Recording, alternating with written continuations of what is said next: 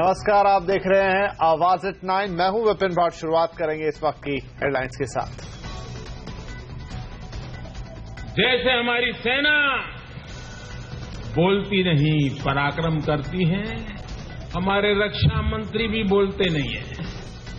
Surgical strike पर विपक्ष के आरोप पर फिर बोले प्रधानमंत्री। इस बार सेना के साथ रक्षा मंत्री की पीठ भी थपथपाई। एमआरपी ज्यादा लिखा जाता है, उसके लिए हम लोगों ने डिपार्टमेंट में हमने अधिकार दे दिया है कि यदि किसी को लगे कि एमआरपी ज्यादा लिखा हुआ है तो वो प्राइस का कैप लगा सकता है कि इससे ज्यादा में आप नहीं एमआरपी बेच सकते हो। आवास की मुहिम रंग लाई। एयरपोर्ट मल्टीप्लेक्स में मनमाने दाम पर सामान बेचने वालों की सरकार कराएगी जांच। डबल एमआरपी पे होगी कार्रवाई। सस्ती दाल सब तक पहुंचाने में अब सरकार ने लिया पोस्ट ऑफिस का सहारा। 105 रुपए किलो में मिलेगी अरहर की दाल। चुनावी रंग में रंगा हो सकता है फरवरी में आने वाला बजट। पीएम ने मंत्रियों से कहा 2019 के चुनाव को ध्यान में रखकर दें प्रस्ताव। सीएनबीसी आवास की एक्सक्लूसिव खबर। कल की भारी गिरावट के बाद आज संभला बाजार, लेकिन 8,600 पार नहीं कर पाया निफ्टी। उधर अच्छे नतीजों के बावजूद गाइडेंस में कटौती से इन्फोसिस का शेयर फिसला। रिलायंस कम्युनिकेशन ने ब्रुकफील्ड को बेचा टावर कारोबार। कंपनी को तुरंत मिलेंगे 11,000 करोड़ रुपए। शेयर में आज रही अच्छी तेजी। और मुश्किल में फंसी रणबीर कपूर फवाद खान की फिल्म ए दिल है मुश्किल। 4 राज्यों में सिनेमाघरों ने किया पाकिस्तानी कलाकारों वाली फिल्म दिखाने से इनकार। दिल है मुश्किल, तू मेरा खुदा, तू ही दुआ।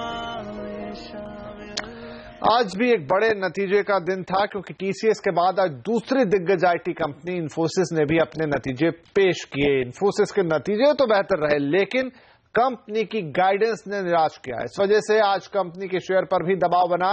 इन नतीजों पर और जानकारी के लिए अब हमारे साथ है हमारे रिसर्च हेड आशीष वर्मा। लेकिन उससे पहले आपको सुनाते हैं कि कंपनी के एमडी और सीईओ विशाल सिक्का का नतीजों पर क्या कहना था। Key factors that had contributed to the less than desirable performance that we had in Q1, we have managed to arrest those, to the degrowth on those, which is consulting, BPO, as well as Finacle, and parts of our India business. So I'm quite happy with the progress that we achieved. Large deals, we crossed $1 billion. We did little bit more than 1.2 billion in large deals. A large percentage of that was in the framework deals, also in large accounts, as well as in the additions of the 50 million plus and 100 million plus accounts. We continue to make progress.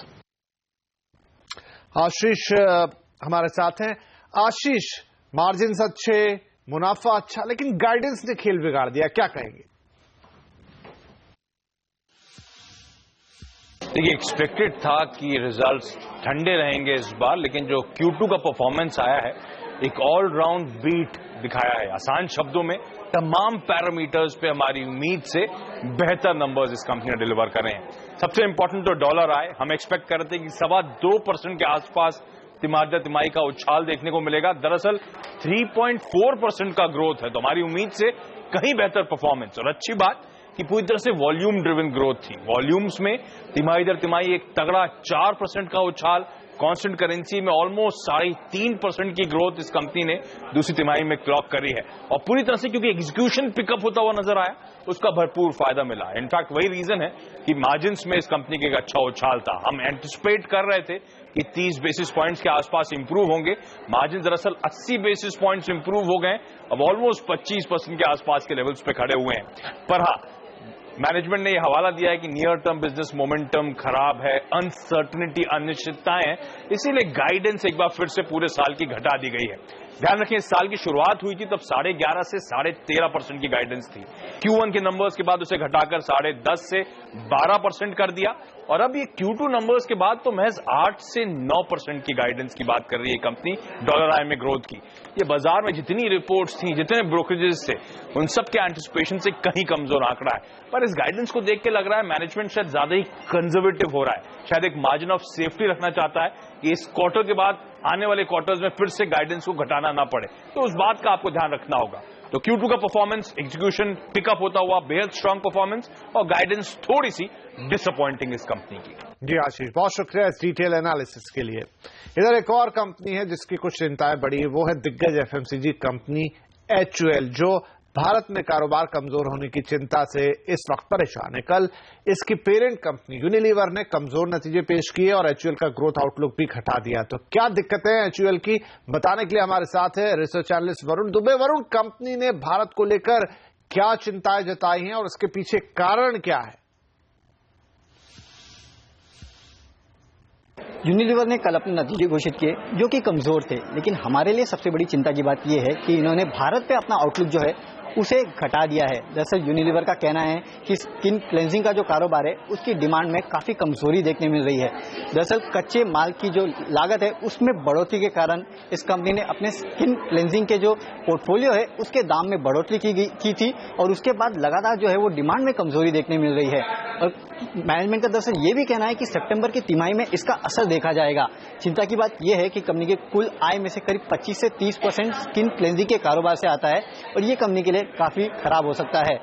Management ये कह रहा है कि कीमतें बढ़ने के कारण demand में कमजोरी है, लेकिन अगर आप आंकड़ों पर नजर डालें तो पिछले एक साल में आपको देखने मिलेगा कि लगातार पतंजलि इन कंपनियों का मार्केट शेयर जो है वो लगातार खाते जा रहा है और जहां पतंजलि की आय में अच्छी खासी बढ़ोतरी हो रही है उतनी बढ़ोतरी दरअसल HUL और बाकी FMCG कंपनीज में आपको देखने नहीं मिलेगी।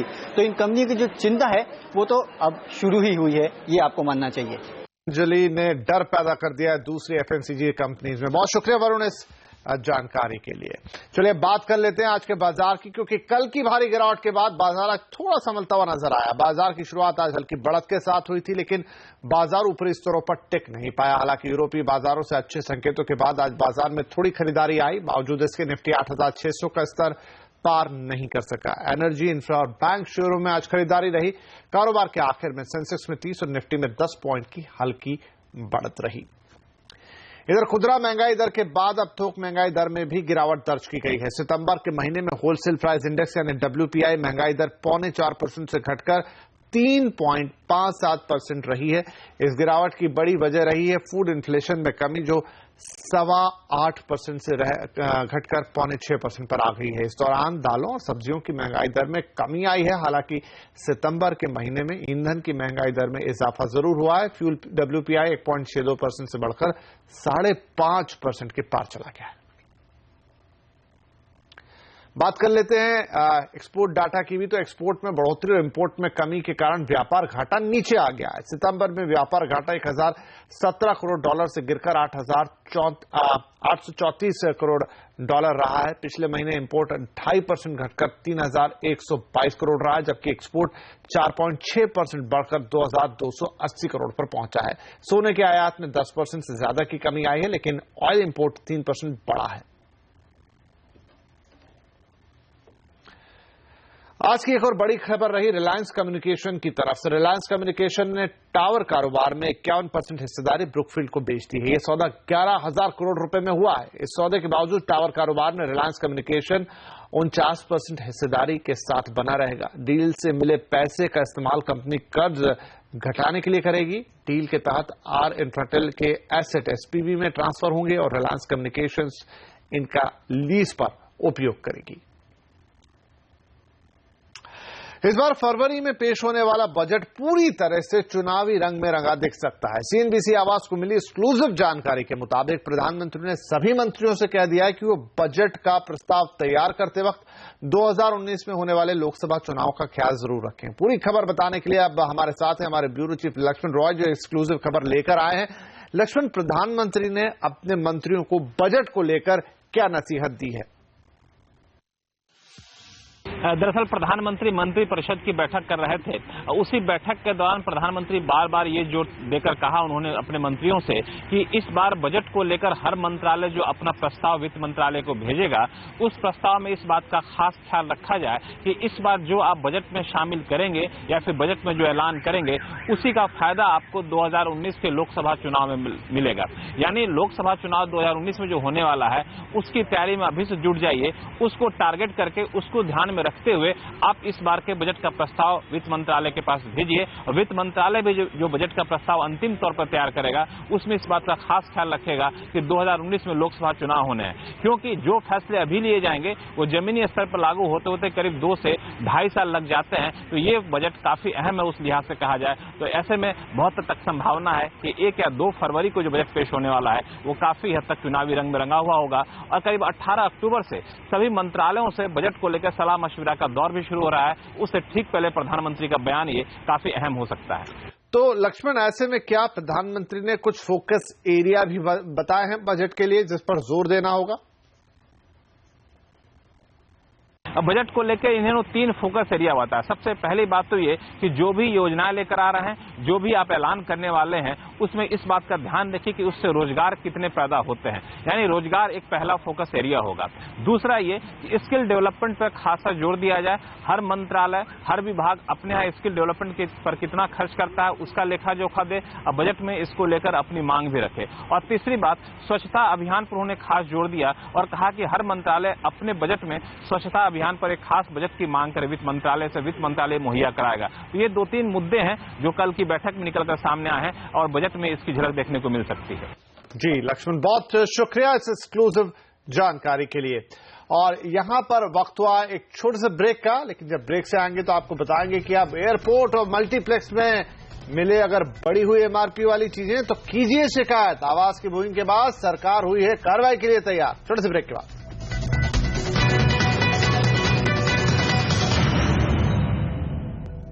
अरहर और उड़द की दाल अब आपको पोस्ट ऑफिस में मिलेगी। जी हां, पोस्ट ऑफिस में। इंटर मिनिस्ट्रियल बैठक में उपभोक्ता मामलों के मंत्रालय ने दालों की बिक्री पोस्ट ऑफिस से करने पर सहमति जताई है। दालों की बिक्री को लेकर ज्यादा जानकारी के लिए उपभोक्ता मामलों के सेक्रेटरी हेम पांडे से एक्सक्लूसिव बातचीत की हमारे संवाददाता अर्नव वसावड़ा ने। पोस्टल डिपार्टमेंट के थ्रू दालें बेची जाएंगी, उसके ऊपर क्या आगे सर स्टेप्स लिए जाएंगे और कब तक हम ये उम्मीद करें? हम बहुत शीघ्र ही शायद पोस्ट ऑफिस के माध्यम से भी सस्ते दामों में दालें, जहां जहां दालें बहुत महंगे दामों में पहुंचाने की कोशिश करेंगे। उसके लिए इन प्रिंसिपल हमने फैसला कर लिया है। चना के दालों के दाम है वो काफी बढ़ गए हैं होलसेल और रिटेल दोनों में, तो उसको लेकर जो ये रिलीज करने का फैसला किया है तो क्या ये इसको भी हम इससे जुड़कर देख सकते हैं? हाँ, चना क्योंकि हमने हमारा जो ये स्कीम है तो प्राइस स्टेबलाइज करने के लिए स्कीम है। और अब हम बात करेंगे सीएनबीसी आवास की खास मुहिम की।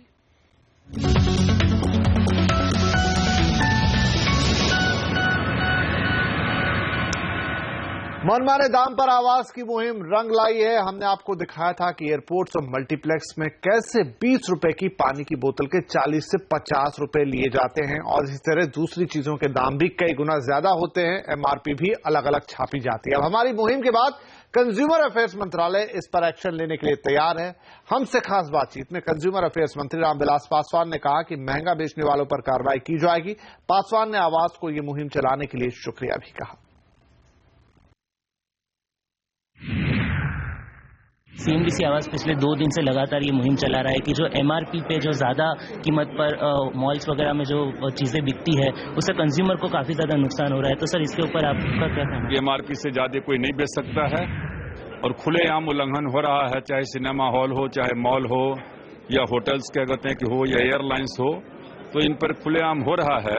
लेकिन उन्होंने कहा कि जब तक हमारे पास में विधिवत कोई कंप्लेन नहीं दर्ज करता है तो हम लाचार हैं। तो इसलिए हम एमआरपी ही ज्यादा है तो कैसे सर कर पाएंगे कंप्लेन की? एमआरपी ही 60 लिखी है एक बोतल पे।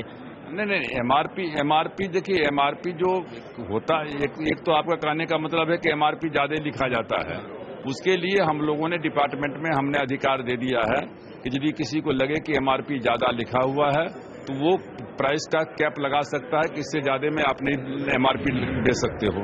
सर सीएनबीसी आवास की मुहिम के ऊपर सर बहुत बहुत धन्यवाद। हम तो चाहते हैं कि जितने मीडिया के लोग हैं उनको ये मुहिम चलाना चाहिए। दीपावली का समय आने वाला है तो जैसे आपने लीड लिया है उसी तरीके से हर मीडिया को लीड लेना चाहिए। एयरपोर्ट और मल्टीप्लेक्स में लूट पर आवास की मुहिम। 10 रुपए की चीज 50 रुपए में मिलती है, चाहे पानी हो, कॉफी हो, मनमाने दाम, कई गुना पैसा। 2 आलू के पराठे ऑर्डर करते हैं तो आपको 225 रुपए देने पड़ेंगे। कितने पैसे? सीएनबीसी आवाज ने उठाया डबल एमआरपी का मुद्दा। सबूत के साथ आप ले आए हो तो ये एक बहुत बड़ा काम हो गया। अब सरकार ने सुनी आवाज की बात। खुलेआम उल्लंघन हो रहा है, चाहे सिनेमा हॉल हो, चाहे मॉल हो, या होटल्स क्या कहते हैं कि हो, या एयरलाइंस हो। एयरपोर्ट मल्टीप्लेक्स पर अब नहीं चलेगी मनमानी। अगर एमआरपी है तो वो एक ही होगी, वो कहीं भी मिले। डिपार्टमेंट में हमने अधिकार दे दिया है कि यदि किसी को लगे कि एमआरपी ज्यादा लिखा हुआ है तो वो प्राइस का कैप लगा सकता है। सीएनबीसी आवाज, आपके हक की बात।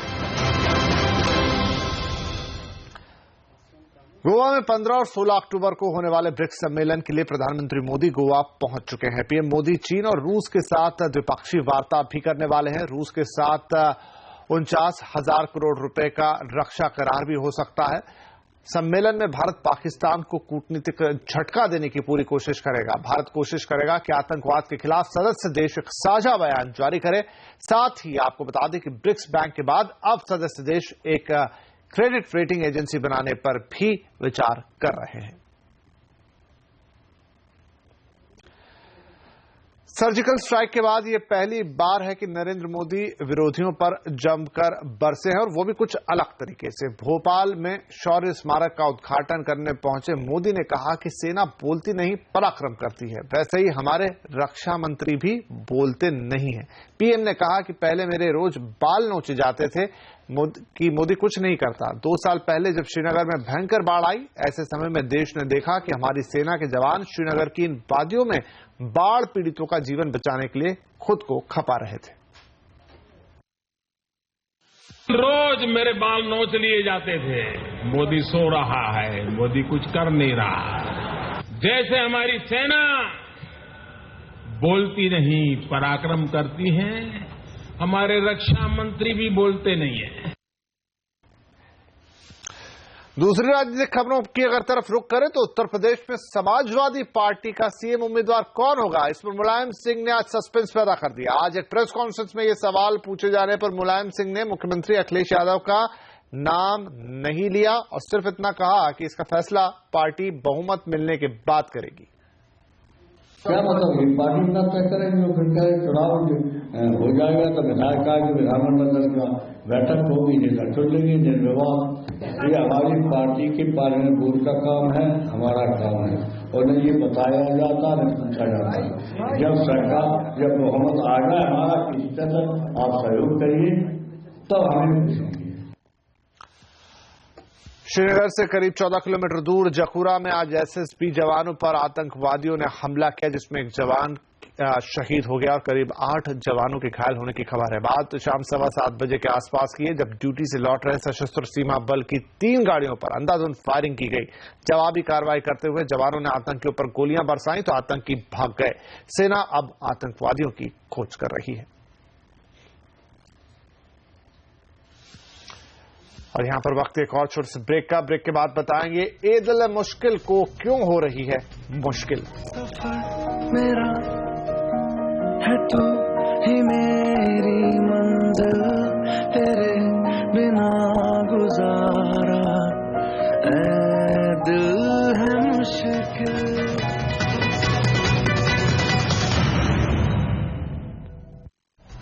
करण जौहर की फिल्म ऐ दिल है मुश्किल अपने नाम को साबित कर रही है। पाकिस्तानी कलाकारों के कारण फिल्म पहले से ही विवादों में थी, लेकिन अब गुजरात, महाराष्ट्र, गोवा और कर्नाटक में फिल्म की मुश्किलें बढ़ गई हैं और ये शायद रिलीज नहीं हो पाएगी। इन राज्यों में सिर्फ ऐसी कोई भी फिल्म रिलीज नहीं हो पाएगी जिसमें पाकिस्तानी कलाकार है, यानी शाहरुख खान की रईस का भविष्य भी अब खतरे में दिख रहा है। सिनेमा ओनर्स एग्जीबिटर्स एसोसिएशन के मुताबिक देशवासियों की भावना को ध्यान में रखते हुए यह फैसला लिया गया है। एसोसिएशन ने यह भी कहा है कि सिनेमाघरों को नुकसान तो होगा, लेकिन थिएटरों में तोड़फोड़ होने लगी तो उससे भी ज्यादा नुकसान होगा। उनको भी पाकिस्तानी पिक्चर्स रिलीज नहीं करनी चाहिए।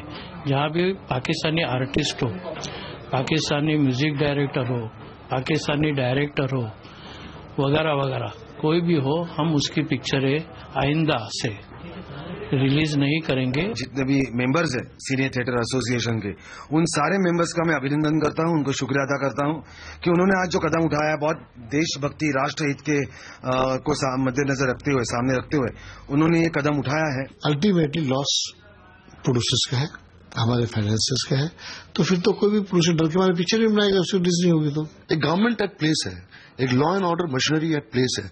हम सबको गवर्नमेंट को अप्रोच करना चाहिए। सीएम जो कि बहुत ही डायनेमिक सीएम है देवेंद्र फडणवीस जी को, उनको होम मिनिस्टर भी है, उनको अप्रोच करना चाहिए और बोलना चाहिए कि हमको ये फिल्म रिलीज करनी है, गिव अस प्रोटेक्शन, बिकॉज वो सरकार का काम है हमें प्रोटेक्शन देने का, और फिल्म रिलीज होनी चाहिए। हालांकि film and television producer guild of India ने करण जौहर की ये दिल मुश्किल को अपना समर्थन देते हुए सरकार से फिल्म रिलीज में मदद की गुहार लगाई है। गिल्ड ने कहा है कि वो आतंकवाद के खिलाफ लड़ाई में सरकार के साथ है, लेकिन जिन फिल्मों में पाकिस्तानी कलाकारों ने काम कर लिया है उनकी रिलीज में सरकार मदद करे।